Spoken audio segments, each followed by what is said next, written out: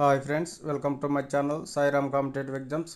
ఇంకా ఛానల్ ఎవరైనా సబ్స్క్రైబ్ చేసుకుంటే సబ్స్క్రైబ్ చేసుకోండి, లైక్ చేయండి, షేర్ చేయండి. ఈరోజు విద్యా ఉద్యోగ వార్తల గురించి తెలుసుకుందాం.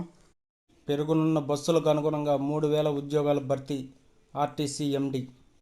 ఆర్టీసీ బస్సుల్లో గతంలో రోజుకు 45 లక్షల మంది ప్రయాణిస్తే మహాలక్ష్మి పథకం అమల్లోకి వచ్చిన తర్వాత ఆ సంఖ్య సగటున 55 లక్షలకు పెరిగిందని సంస్థ ఎండి తెలిపారు. రద్దీని దృష్టిలో పెట్టుకుని 2,000 కొత్త డీజిల్ బస్సులు, 990 ఎలక్ట్రిక్ బస్సులు త్వరలోనే అందుబాటులోకి రానున్నాయి. అందుకు అనుగుణంగా 3,000 ఉద్యోగాల భర్తీకి ప్రభుత్వానికి ప్రతిపాదన పంపామని పేర్కొన్నారు.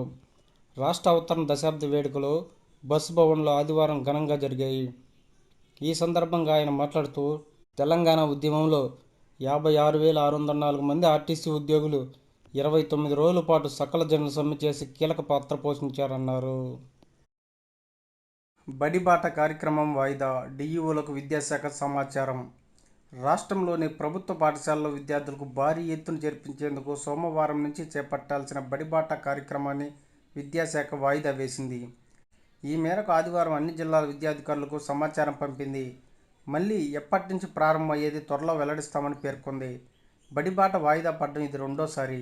మొదట ఈ నెల 1 నుంచి నిర్వహించాలని భావించగా రాష్ట్ర అవతరణ దశాబ్ది ఉత్సవాల సందర్భంగా 3వ తేదీకి వాయిదా వేసింది.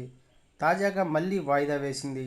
ఎన్నికల ఓట్ల లెక్కింపు నేపథ్యంలో బడిబాటను వాయిదా వేస్తున్నట్టు సమాచారం. Okay friends, thank you, all the best. Video నచ్చితే లైక్ చేయండి, షేర్ చేయండి, సబ్స్క్రైబ్ చేయండి.